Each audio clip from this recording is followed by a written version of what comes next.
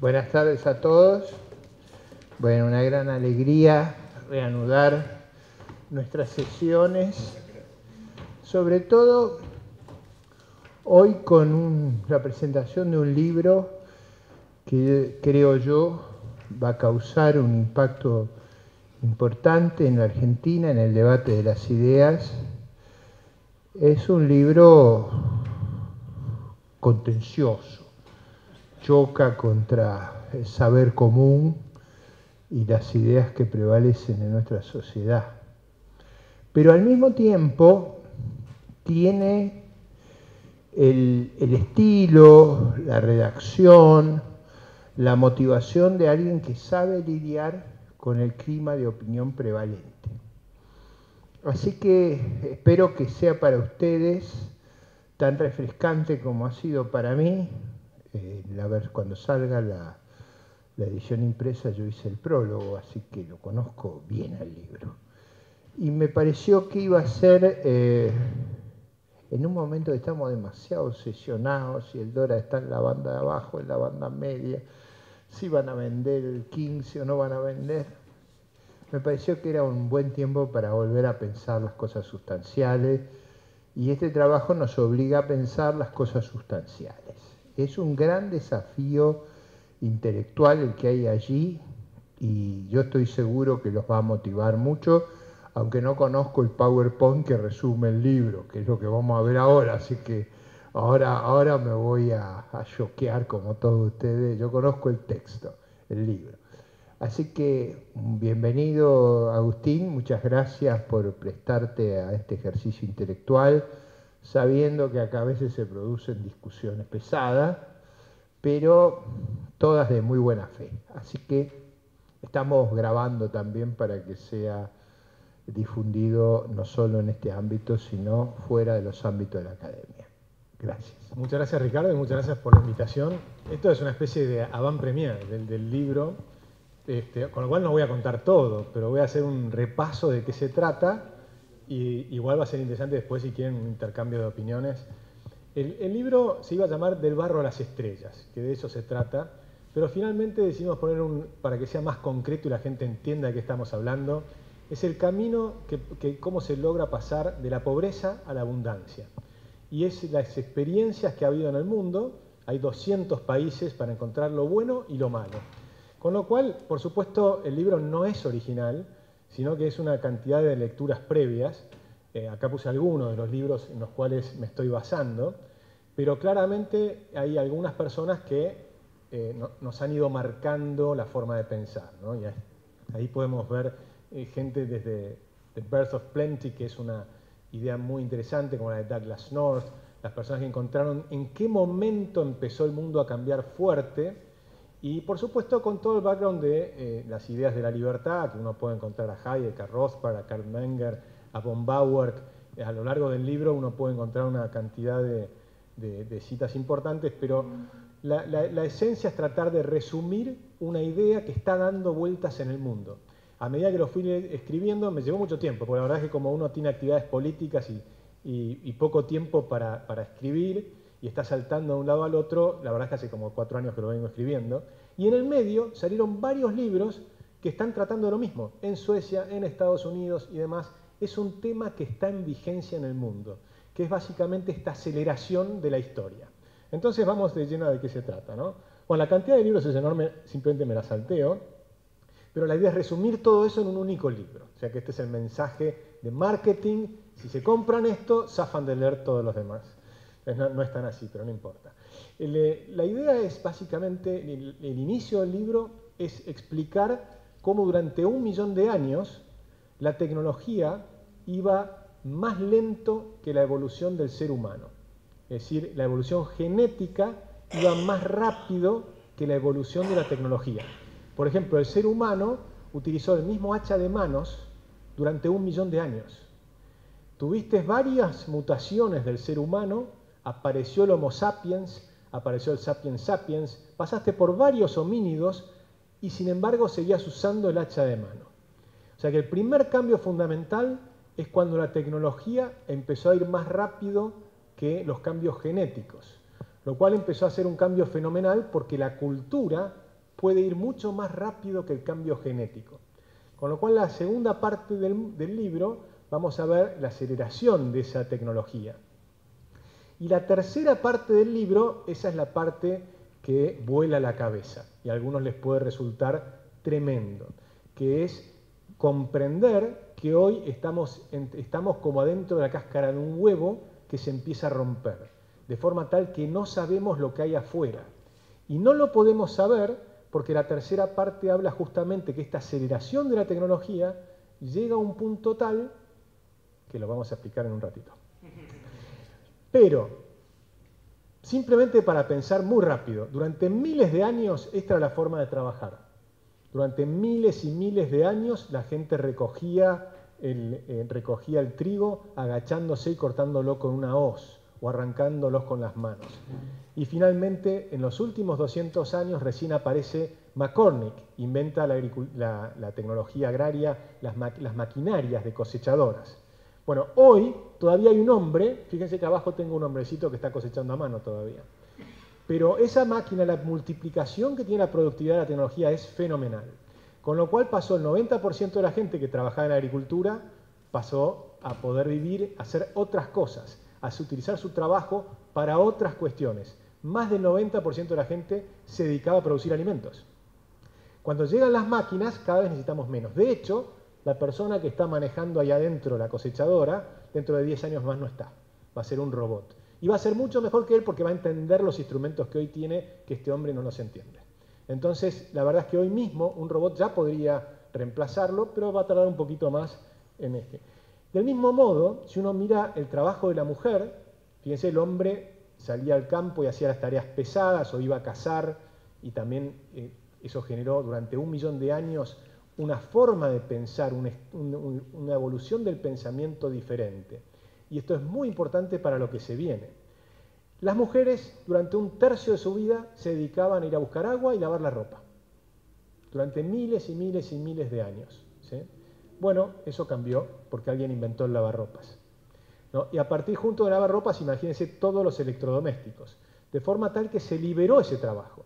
Es decir, que la mujer ingresa al trabajo fuera del hogar porque se alivió la tarea del hogar. Alguien la tiene que hacer. Ahora la haces muy rápidamente, hasta los hombres lavamos la ropa poniendo, ¿no? En 5 minutos lavas la ropa, pones el lavarropas. Te cocinás la comida, la compraste y la precalentás. Es decir, que hoy en día, hoy tenemos una amplitud fenomenal, mucho más grande de la que tenía cualquier rey de la historia, de qué quiero comer hoy. Entonces paso por el supermercado, me lo compro y lo caliento en casa. Y me llevó 3 minutos, 10 minutos, ponele, entre que lo compro y lo caliento. El cambio es fenomenal, de forma tal que hoy esto es lo que está ocurriendo. No solo la mujer se incorpora al mercado laboral, sino que además tiene un cerebro que ha sido formado de una manera distinta al del hombre. Y la manera en que está formado el cerebro de la mujer hace que para el trabajo del futuro está mucho mejor dispuesta el cerebro de la mujer que el cerebro del hombre. El cerebro del hombre desarrolló toda la parte de trabajo en equipo, que eso sí va a continuar, que eso es muy importante, pero la parte racional del hemisferio izquierdo, las conexiones dentro del hemisferio izquierdo y no tanto las del cuerpo calloso que une los dos hemisferios. En cambio, la mujer desarrolló la parte de intuición, de emociones, muchas de las cosas del trabajo del futuro que implican el acompañamiento personal, la terapia, todo lo que es la inteligencia emocional, lo tiene mucho mejor desarrollado la mujer que el hombre, con lo cual es un desafío para los hombres. Vamos a tener en el mundo del futuro algo muy distinto de lo que está pasando hoy. Imagínense que durante miles y miles de años este era el medio más rápido de velocidad de la Tierra. Y solamente lo tenían los ricos. Los pobres no podían subirse a un caballo. De forma tal que durante miles y miles y miles de años, los hombres nunca, y las mujeres, las familias, ni siquiera salían de su aldea para hablar de las diferencias entre ricos y pobres y demás. Los únicos que salían de la aldea eran o bien los sacerdotes, o bien los que estaban en el ejército, es decir, o los que estaban en la realeza, en la burocracia real. El resto nunca se alejaba más de 10 kilómetros del lugar donde había nacido, en toda su vida. Eso era lo que pasaba en la humanidad. Entonces hay que imaginarse el cambio fenomenal que ocurrió solamente en 200 años. Cuando mirábamos el gráfico anterior, ese aumento es solamente en 200 años. El millón de años anteriores, prácticamente la humanidad no creció. Angus Maddison, que es uno de los que baso en la información del libro, bueno, esta es la forma actual. Y cuando uno mira el avión, lo que tiene que comprender es que hoy un obrero promedio, o un simple obrero, ni siquiera el promedio, más bajo de los obreros que trabajan en una empresa en Estados Unidos o en Europa, puede viajar en una low cost y atravesar toda Europa con 50 euros.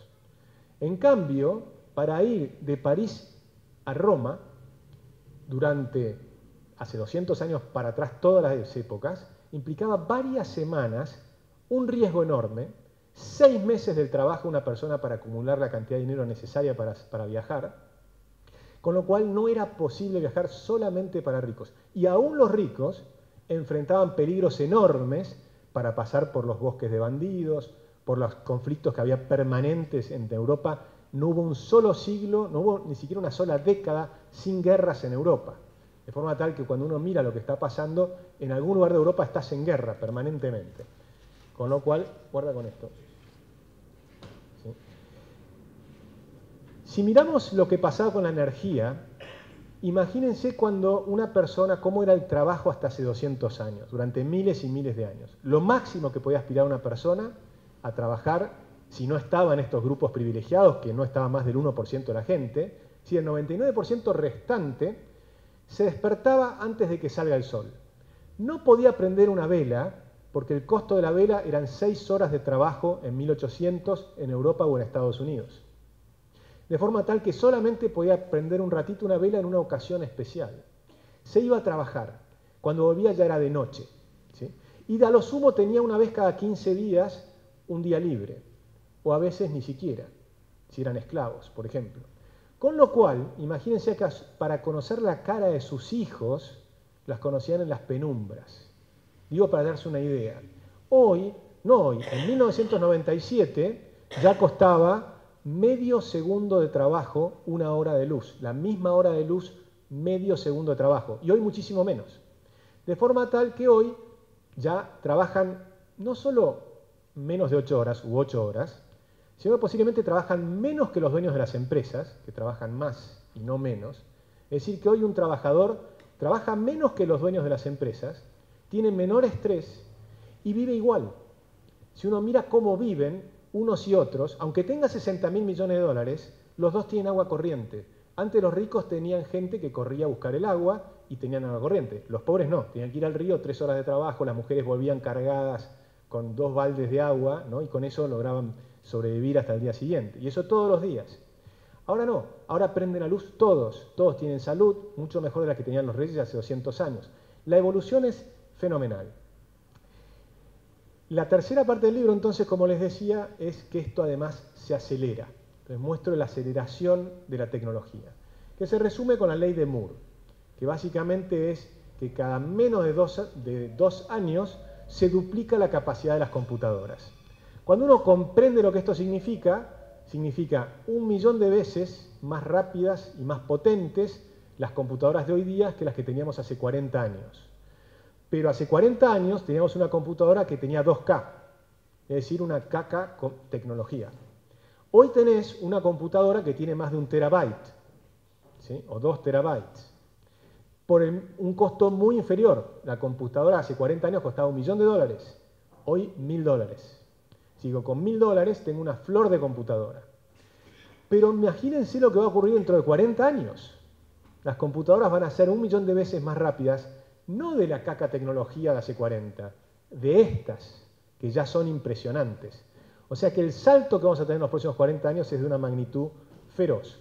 La caída que tenés en los módulos solares es impresionante, la energía va a ser muy barata, y acá vienen uno de los impactos más grandes. Cuando uno observa a los que creen que va a haber problemas en el mundo por el tema de la energía, por ejemplo, si uno ve lo que está pasando en la energía, se da cuenta que va a ser súper abundante. Si la energía es súper abundante y barata, cercana a cero el precio, entonces el agua también va a ser súper abundante. Si el agua y la energía es súper abundante, también los alimentos van a ser súper abundantes. Entonces, cuando uno observa lo que se viene, es la era de la abundancia. Hay muchos libros sobre este tema. El que inició este concepto fue Ray Kurzweil. en The Singularity is Near en 2005. Desde ese tiempo estoy dando charlas de este tema. Desde el 2005 cuando leí The Singularity is Near, porque cuando uno comprende lo que está pasando, entonces realmente te vuela la cabeza. El mundo es otra cosa de la que pensamos. Lo mismo pasa con el costo de los genomas, pasa por el celular. Si uno comprende lo que ocurre con el celular, un celular, como el que tiene ahí Jorge, tiene miles de productos adentro y los compras por el costo de menos de $200. Y como nos contaba Julián de Diego, el 30% de los celulares en Estados Unidos es gratuito, porque te lo venden con la línea. De forma tal que cualquier persona con un celular inteligente, como un smartphone, tiene un acceso a una cantidad de productos gratuitos fenomenal. Ahora, cuando los economistas medimos el progreso, lo medimos en PBI, PBI per cápita, es decir, cantidad de bienes y productos sumados cantidad por precio. Si el precio es cero, eso es cero. Es decir, que hoy el PBI no te puede captar la riqueza que estamos creando anualmente. Se ha perdido la posibilidad de captar lo que está ocurriendo y la mayor parte de los economistas no se da cuenta de lo que eso significa.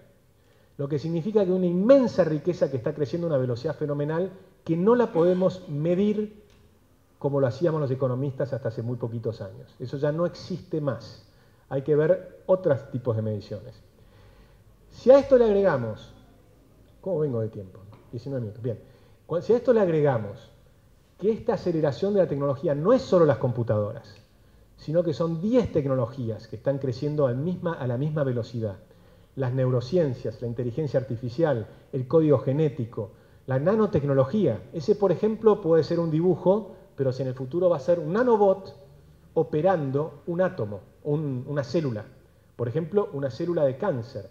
Ya no vamos a tener la quimioterapia, que implica afectar a todas las células, las buenas y las malas, que es como una tecnología bruta, vieja. La tecnología del futuro no es bruta, es inteligente y va célula por célula. Lo mismo pasa con todo, con la energía, con el agua, con los alimentos. Pasamos de energía bruta a energía inteligente, de energía sucia a energía limpia, de tener millones de autos parados todos los días, como los de todos nosotros, que están parados, a que eso no exista más. Vas a tener autos dando vueltas permanentemente y van a ser un décimo de los actuales, con lo cual se necesita un décimo de la cantidad de materiales. Pasamos de tener una tecnología bruta, que es el cable de cobre y caucho, al wireless. El wireless implica que no necesitamos ni caucho ni cobre y tenemos mucho mejor conectividad sin el material. Es decir, que la energía del futuro y la forma de producir en el futuro requiere muchísimo menos minerales de los que hay hoy y muchísimo menor polución en el planeta de la que hay hoy. Y además, como la tecnología va a ser tan evolucionada, si tuviéramos un problema, por ejemplo, de cantidad de CO2, la vamos a absorber con árboles artificiales que absorben el CO2. Es decir, que tampoco es cierto que lo que producimos hoy no se puede cambiar en el futuro. Y esto se acelera. En este gráfico muestro simplemente la exponencialidad de las patentes. Durante muchísimos años fue Estados Unidos. En algún momento lo pasó la curva verde, que es Japón. Luego Japón declina y Estados Unidos vuelve a ser el número 1 durante un tiempo, hasta que lo pasó definitivamente China. Y digo definitivamente porque el salto de China es violento, es altísimo. Hay discusiones respecto a si las patentes de China son de igual calidad, porque si uno piensa, el 75% de todos los grandes inventos son de Estados Unidos e Inglaterra. De todos los inventos de toda la humanidad, de todas las épocas. Estados Unidos e Inglaterra. Sin embargo, hay que tener en cuenta lo que está pasando en China, porque en algún punto van a alcanzarlos también a nivel de calidad, no solo de cantidad. Con lo cual, esto es impresionante. ¿Qué significa todo esto? Significa que hay una aceleración exponencial, que se acelera, que cada paso que das va más rápido. ¿Qué significa exponencial? Que el primer paso equivale a 1, el segundo paso a 2, después a 4, a 8, después haces un paso y son 16, después son 32, finalmente haces un paso y es 1.000.000. Cuando llegas a ese nivel, el siguiente paso son 2 millones. Es decir, cuando pasás el codo de la curva, la velocidad de expansión es sideral. Y eso es lo que está pasando en el mundo de hoy. Se está resquebrajando la cáscara del huevo. Va a salir algo que no sabemos, no podemos imaginar siquiera lo que es. Y va a ocurrir en pocas décadas. Ese es el salto que está teniendo la humanidad y no nos damos cuenta. Entonces, ¿qué ocurre? Un sindicalista cree que está ahí abajo y en realidad estás allá arriba. ¿Sí? Pero, ¿qué es esto? Con lo cual, eso es lo que hay que entender. Estamos en un lugar que no nos imaginamos siquiera. El pensamiento humano está diseñado para pensar de manera lineal. Y lo que está ocurriendo es exponencial. Solamente las pocas personas que comprenden esto entienden lo que está pasando. Si uno quiere diseñar un producto, no puede diseñarlo con la tecnología vigente hoy. Tiene que diseñarlo con la tecnología que se imagina que va a existir dentro de 5 años. Si no, no tenés éxito. La única manera de imaginarte algo que tenga éxito, sea un celular, sea en cualquier campo, es imaginar la tecnología que se viene, no con la actual. Imagínense el salto que esto implica. Cuando querés hacer un sistema de defensa, no puedes hacerte un sistema de defensa con la tecnología que existe hoy. Tenés que hacerlo con la imaginación que tenés de cuál va a ser el sistema, las tecnologías que vamos a tener dentro de 5, 10 y 15 años. Es decir, hay que anticiparse a la evolución tecnológica o fracasás. No hay ninguna empresa que pueda funcionar en el mundo actual que no comprenda esto. Fracasan, se van del mercado. Xerox, Sears, Blockbuster. Hay una cantidad de empresas que van desapareciendo permanentemente a un ritmo acelerado porque no se anticipan la evolución de la tecnología. Es decir, lo que está pasando es esto. Esto es imaginarte la tecnología lineal, cómo van a evolucionar los robots. Y esto es lo que va a pasar. Estos son los robots del 2039. ¿Okay? Bueno, este es el problema. Y además van a ser más inteligentes que nosotros. Y ahí viene todo un desafío filosófico. ¿Es factible o no que una máquina tenga inteligencia humana? Lo que sí sabemos, eso es una discusión. ¿Va a tener sentimientos o no? Es otra discusión. ¿Van a tener derechos los robots o no? Es una discusión que hoy se está desarrollando en el Congreso de Corea del Sur, por ejemplo. O sea, están viendo si los derechos, por ejemplo, en Japón, cuando yo iba a dar una charla un día a Campana, escucho en la radio un caso de un robot japonés que había sido destruido por su dueño. En realidad era una robot femenina, porque ustedes saben que ahora hay robots sexuales. Y se había enojado con este robot sexual porque y cometió roboticidio, ¿no? Entonces empezó a discutir si había un derecho o no de eso que está pasando, ¿no? Digo para entender lo que está ocurriendo. Si miramos todo eso y comprendemos lo que está pasando, entonces comprendemos que el gradualismo no puede funcionar. ¿Okay?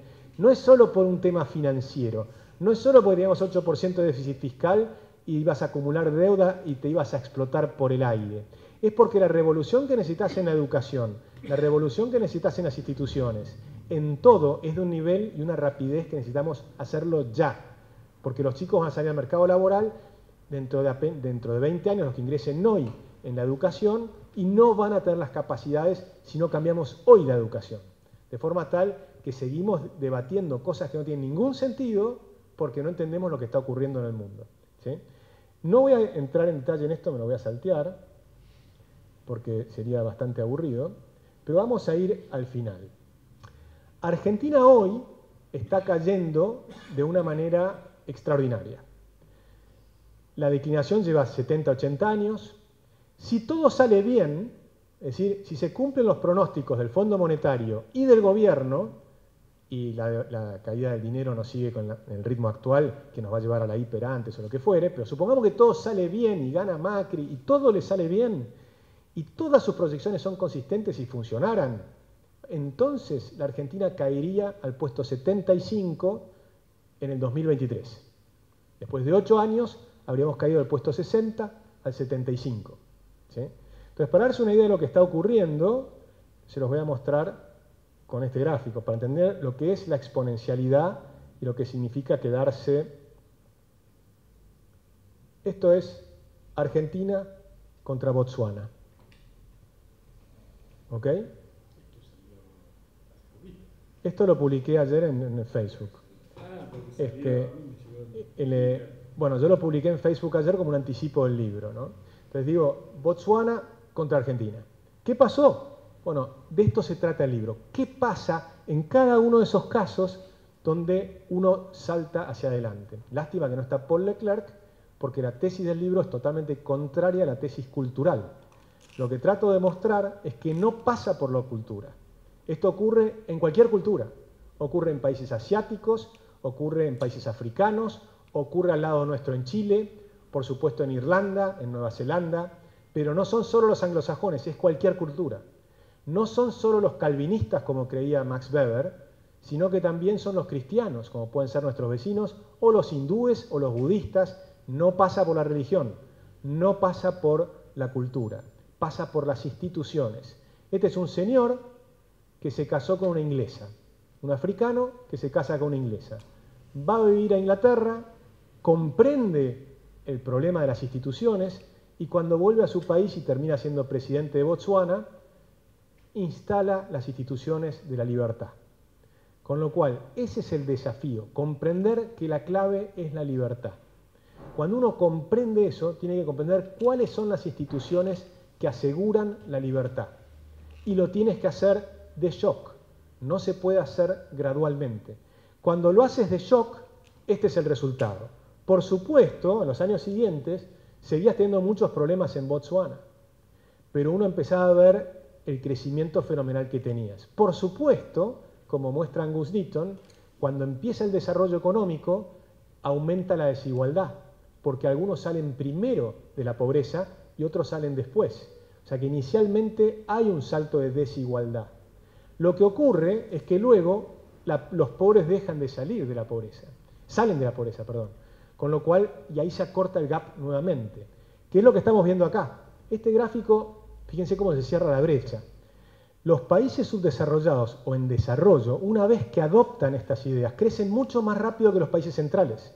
Lo cual con un clic demostramos que la tesis de Previs es falsa. Y de toda la CEPAL, y de todo el estructuralismo, todo eso es falso, pero hoy se demuestra de manera muy simple. Uno de los capítulos del libro precisamente es destruir estos mitos. El mito de que el centro explota la periferia.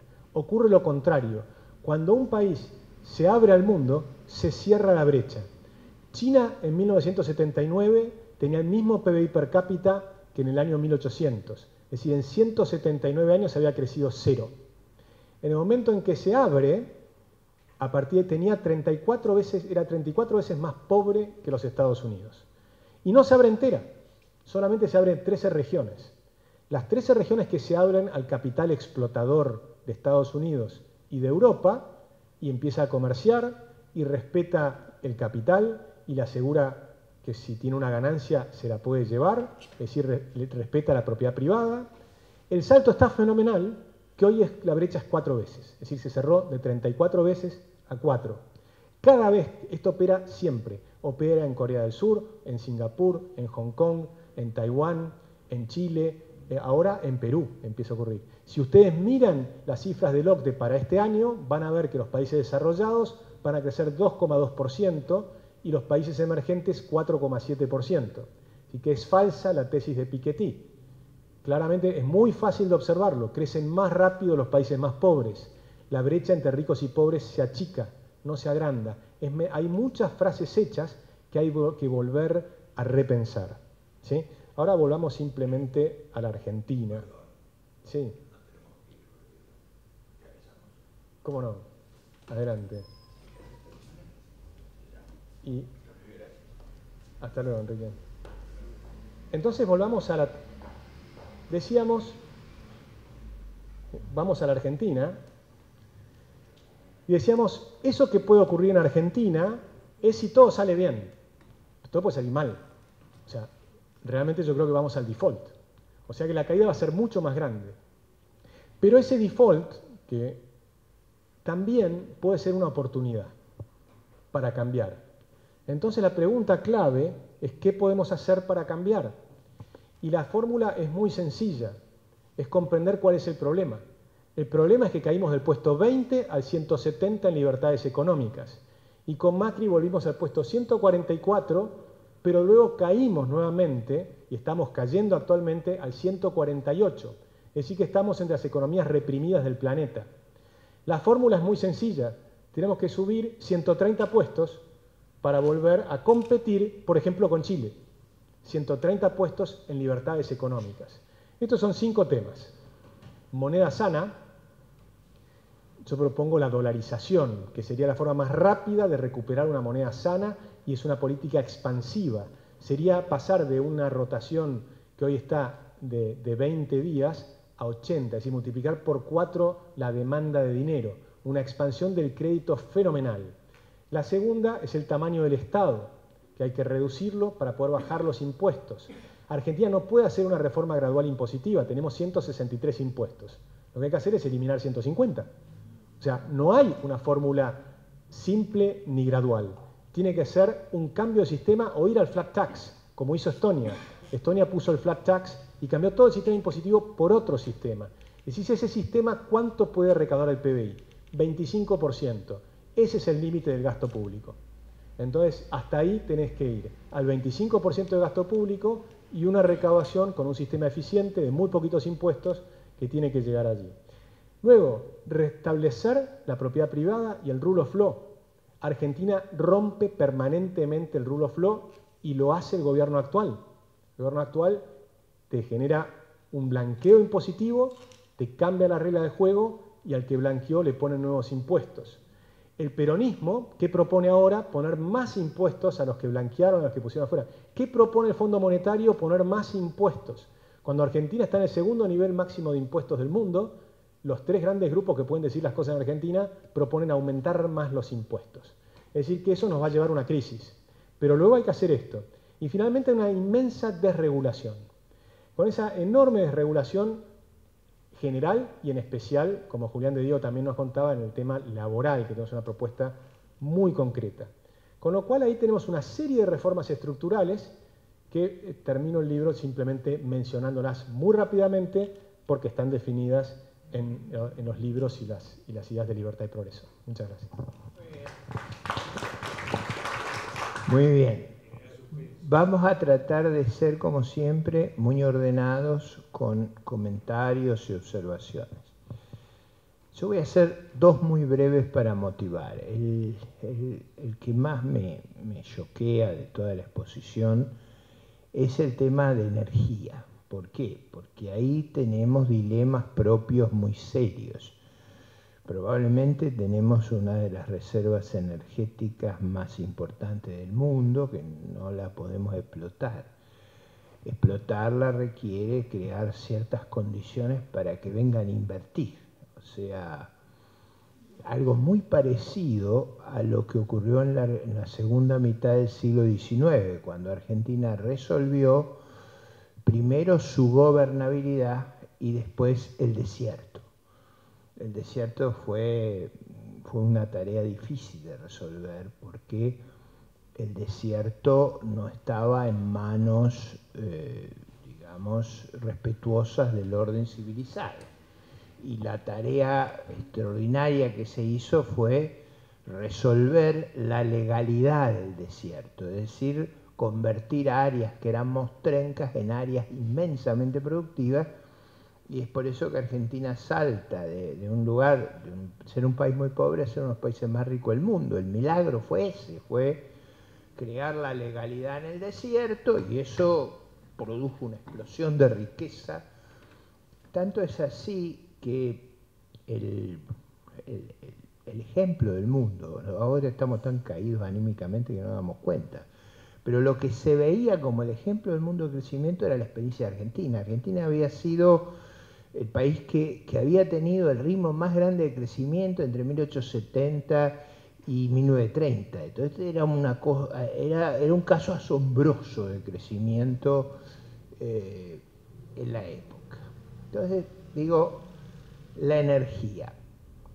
¿Por qué lo planteo? Porque yo veo que ahí la velocidad del cambio va contra nuestra actitud sobre los problemas. O sea, nosotros creemos que tenemos mucho tiempo, que podemos hacer las cosas despacito, como convenciendo.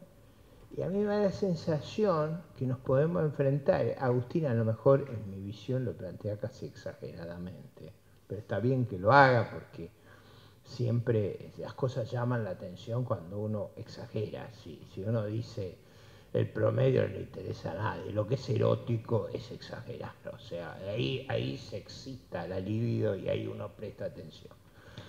como con las robots femeninas o masculinas, digamos, ¿no? La pregunta ¿es tan corto el tiempo que disponemos o vamos a tener una ventana de oportunidad? Es una pregunta. A mí me da la sensación que todavía va a haber una ventana de oportunidad, que no es tan irrelevante la importancia de los recursos naturales. Y la segunda cuestión que quería que reflexionaras un poquito más es esta de que uno lo percibe en la realidad. Yo soy profesor universitario, una cosa que a mí me impresiona mucho es que las mejores alumnas son mujeres. Y ustedes vieron cómo Agustín, muy políticamente correcto, sentó a la cabeza del directorio de una mujer. Y además nos dijo que las aptitudes cerebrales, yo ya no lo voy a ver, pero digo, de las mujeres que vienen son más idóneas para el trabajo que va a haber que hacer que los hombres. Pero digo también ahí cómo es el proceso de reacomodamiento de nuestra cultura, que ha sido muy traumático. Por ejemplo, uno de los datos que es más claro sobre el progreso de una sociedad es cuál es la diferencia en participación laboral entre el hombre y la mujer. Las sociedades más avanzadas, la participación laboral de los hombres y las mujeres es igual. En las sociedades más atrasadas, la mujer permanece recluida en tareas muy improductivas como son las tareas de autoproducción, autoconsumo familiar. En general, en las sociedades avanzadas esa diferencia se ha achicado, hoy es casi mínima en los países nórdicos, en Israel, en los países asiáticos más avanzados. La pregunta es, toda nuestra legislación y la forma que pensamos ese tema, creo que va a ser más difícil de reformar que la reforma laboral, o sea, que cambiar el contrato de trabajo, la representación sindical, todas esas cosas me parecen más fáciles que igualar, porque igualar entre hombre y mujer, en el fondo, implica hoy quitar una legislación a favor de la mujer, que en realidad es en contra de la mujer para el desafío que viene, que no es el de los millones de años anteriores. Ese es un punto, digo, ¿cómo lo vamos a procesar culturalmente? Primero era el tema de la energía. Y si tenemos tiempo todavía en que los recursos naturales nos permitan desarrollar algo que nos sirva para el futuro. Yo creo que todavía tenemos algo de tiempo, pero poco, muy poco. Y tal vez nos sorprendamos si sean menos del que creemos, porque la tecnología realmente se acelera de manera exponencial. Yo realmente creo que esto no es una exageración, creo que es lo que va a pasar. Creo que yo veo lo que estoy observando, esto está ocurriendo. O sea, me acuerdo de los ingenieros de Tequint que me decían, por ejemplo, que era imposible el Google Car hace 10 años atrás. Bueno, hoy es una realidad. Dentro de 10 años vas a tener ciudades que ya la gente no va a tener autos. Yo estoy convencido que una persona que nace hoy no va a comprarse un auto nunca. Nunca. Con lo cual la próxima generación no va a comprarse jamás un auto. Va a usar una especie de Uber, que ni siquiera va a ser Uber, sino que simplemente te va a pasar a buscar porque le vas a decir necesito un auto de tal característica cuando salga. Cuando salís vas a tener el auto en la puerta, sea una 4x4 porque te vas al campo, o sea una limusín porque querés impresionar a una chica, o sea simplemente que vas a trabajar y te vas a subir a uno que va a venir con otras personas y te va a dejar en tiempo récord, sin tráfico, porque la cantidad de gente va a ser mucho menor, y va a ser tecnología inteligente, de forma tal que todo el transporte... La chica te va a querer impresionar a vos. Bueno, y uno, viste, cree siempre, pero va a ser así, nos van a pasar a buscar y nos van a impresionar de alguna manera. Entonces, vamos a la energía. Hoy, no dentro del futuro, hoy tenemos algún país que ha decidido, por ejemplo, cerrar todas las plantas nucleares porque les sobra energía. Eso es Alemania. ¿Okay? Están cerrando las plantas nucleares. A nadie se le hubiera ocurrido disparate semejante, que además es tecnología limpia, la de las plantas nucleares. Sobre todo si uno lo mira a nivel de Europa, que todavía en Polonia tenés las plantas que utilizan el carbón, que es absolutamente sucio. Y además es tecnología que ya se está desarrollando para el futuro, utilizar los residuos nucleares para la próxima generación de plantas nucleares. Hay 6 proyectos de plantas nucleares del futuro, que cuando uno mira lo que van a hacer, el concepto es build, bury and forget. Es decir, construí una planta nuclear, enterrala en tu empresa y vas a tener toda la energía que necesites para los próximos 50 años de tu empresa y arriba vas a poder sembrar un campo de trigo dentro de pocos años, cuando termines, porque se va a autoconsumir. Esas nuevas plantas nucleares, el concepto que van a tener es que no van a poder ser, van a resistir un atentado terrorista, porque se apagan automáticamente y se enfrían, en lugar de sobrecalentarse y expandirse. Es decir, que el concepto, cuando uno empieza a entender en cada una de las tecnologías lo que va a ocurrir en la energía, es impresionante. Lo que está pasando hoy, el gobierno se equivocó. Hizo un contrato con los petroleros, con vaca muerta, pensando que iban a producir 5 y produjeron 9. Con lo cual estamos exportando gas subsidiado a Chile. Hoy, Estados Unidos, que durante décadas fue el principal importador de energía, hoy se transforma en exportador de gas. Es decir, hay que empezar a entender lo que está ocurriendo hoy.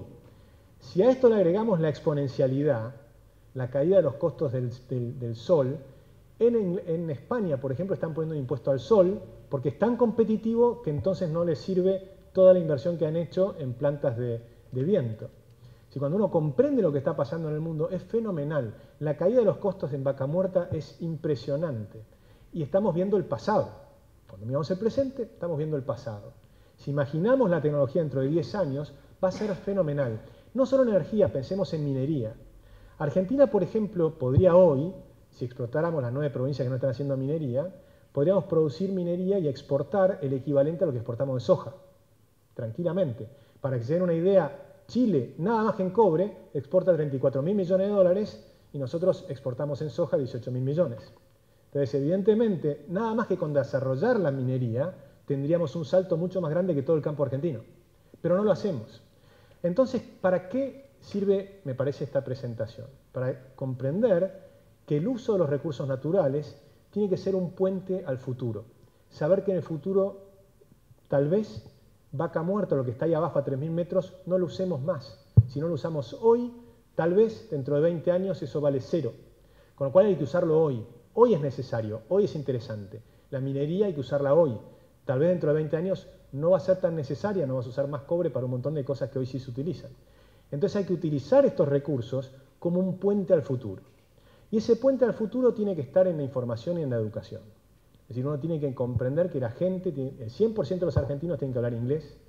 Los chicos que empiezan, que además es fácil, porque hoy tenés la tecnología que te permite educar.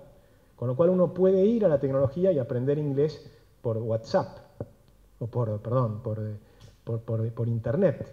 Tenés los mejores profesores de inglés al menor costo posible. Es decir, las posibilidades son infinitas. Esa por la primera pregunta. Yo creo que hay tiempo, pero es escaso y puede ser menor del que yo creo. Yo creo que no tenemos más de 20 años.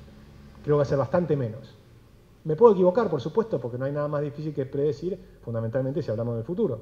Pero eso puede ocurrir que haya algún problema. El otro punto es que quería mostrar de Ricardo y también de Julián. Miren esto. Cuando uno observa el mundo, cómo está evolucionando, por supuesto, todos los países salen de la pobreza, ¿no? Absolutamente todos van saliendo. Pero me interesa que observen cuando llegamos a la guerra mundial. Que va muy lenta la tecnología.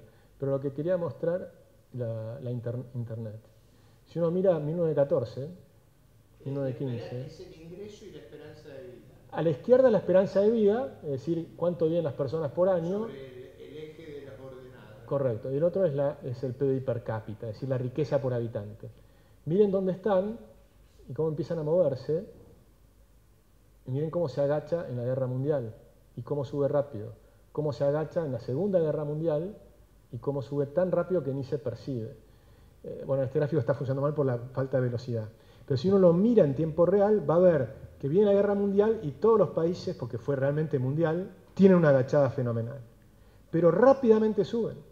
Eso es lo que va a pasar a Argentina. Va a tener una agachada fenomenal, pero vamos a salir rápido. Y podés salir muy rápido porque la tecnología te lo permite. Entonces yo creo que vamos al default. Con lo cual ese retroceso al puesto 75 nos vamos a caer mucho más abajo. Nos va a pasar Botsuana, nos van a pasar varios países africanos. 6 países africanos es posible que nos pasen. Con lo cual, ahí vino Paul Leclerc. recién expliqué por qué la tesis cultural para mí no funciona.